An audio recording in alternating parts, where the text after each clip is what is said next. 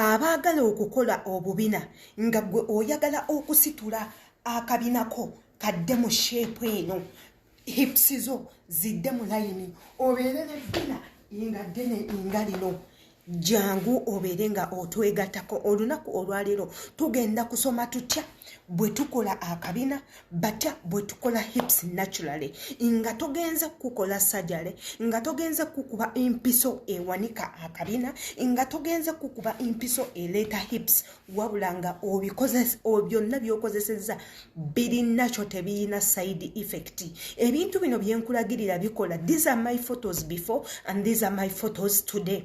Jangu oberenga oyiga. We are going to use our natural remedies, natural things ebitalina side effects.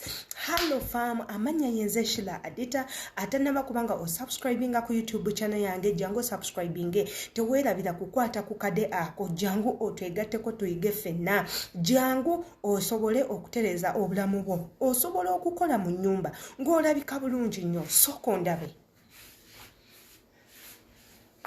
I'm working indoors like you.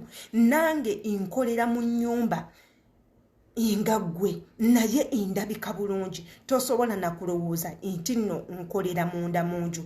Era omuntu waba ndabye ayinza okugamba oba nina office mwenva naye nga wa guno omulembe gwaffe bakyala mujje tunyirire tokkiriza kufeedinga tokkiriza kutunulanga muntu oba afaanana atya tutunulanga kiyungu tunulanga omukyala bw'alina okubeera otuuka okuddayo ewaka nga naawe olabika bulungi nnyo ng'abantu tebasobola nakikiriza nti obadde okolera mu kiyumba. So olunaku olwaleero tugenda kutereeza kabina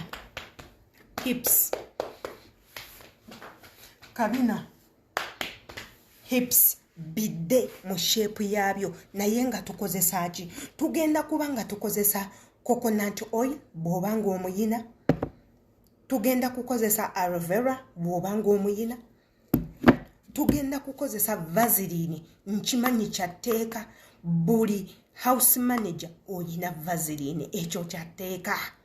Ekyebuuzibwa tugenda bikozesa tutya? Mulimu abakozesa vaseline ng'okozeseza n'obutungulu, amazzi g'obutungulu gakola.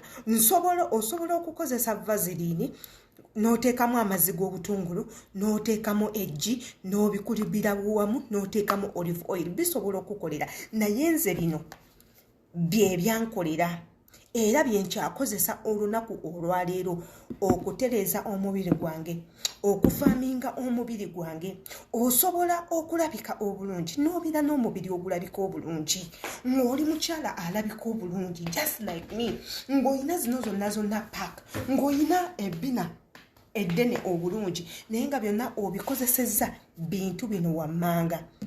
Tutandike okutabula. Tugenda bitabula tutya?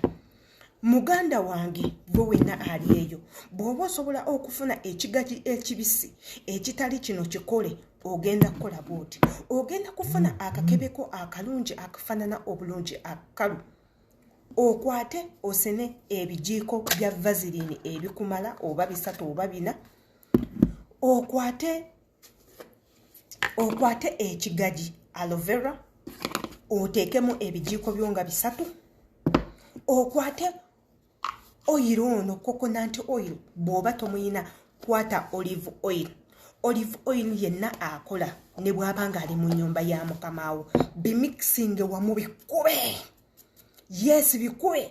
Bw'omala okubikuba n'obitabula bulungi bigenda kuvaamu nga amataatata, bigenda kubanga amataatata. Kati we bibeera nga amataatata, that means ingredient yaffe ewedde okukolebwa, product yaffe ewedde okukolebwa. Ekiddako tugenda kugikozesa tutya? Gw'omukyala bino by'oteekeddwa okumanya. Bw'omala okunaaba bulungi nnyo nga weerongoosezza bulungi nnyo, weesiimuuleko amazzi gakkaleko, kwata ebyo by'otabudde weesiige omubiri gwonna naye nga you massage, osika guno omubiri nga bw'oguzza waggulu, osika kuva ku kisambi. Jjukira omubiri gwaffe bwe guba guyiika gudda wansi. abadde ne hips muno ne zidda wano kabina akabina ne katandika okudda eno emabega w'ebisambi so ogenda kukola oti osiiga ositula mubiri osiiga ositula kabina ng'okasika eno ku bisambi osiige ku lubuto nga bw'oshepinga muneeno mwonna weesiige bulungi nnyo nga okola sheepu yo bw'oti munnange kino nno w'onookikola mu mwezi gumu gwokka ogenda kuba ng'ositudde bbina ogenda kuba ng'ofunye hips ogenda kuba nga ofaaminza omubiri gwo ogenda kutandika okulabika obulungi naye ebintu bino eno they need consistency ng'obikola everyday buli lwova mu kiyigo kyo twalayo 30 minutes nga omasajinga omubiri gwo nga ne ingredient eno ogitaddeko bw'oba toyagadde bitabula osobola otoolako katono n'otoolako ku kigaji kyo n'otoolako coconut oil n'otoolako vaseline n'obiteeka mu ngalo zo n'otandika okubanga weemasajinga byonna bijja kukola amannya yenze Sheila Adita gwenatanaba kubanga osubscribinga jangu subscribing video eno bw'oba ogyagadde giwe ekigalo commentinga wansi otubulire ki ky'oyagala tubeere nga tusomesaako wabula ate era teweerabira notification bell w'ogikonamu bajja kuba bakuwa message bw'oteekayo video empya embaagala nnyo.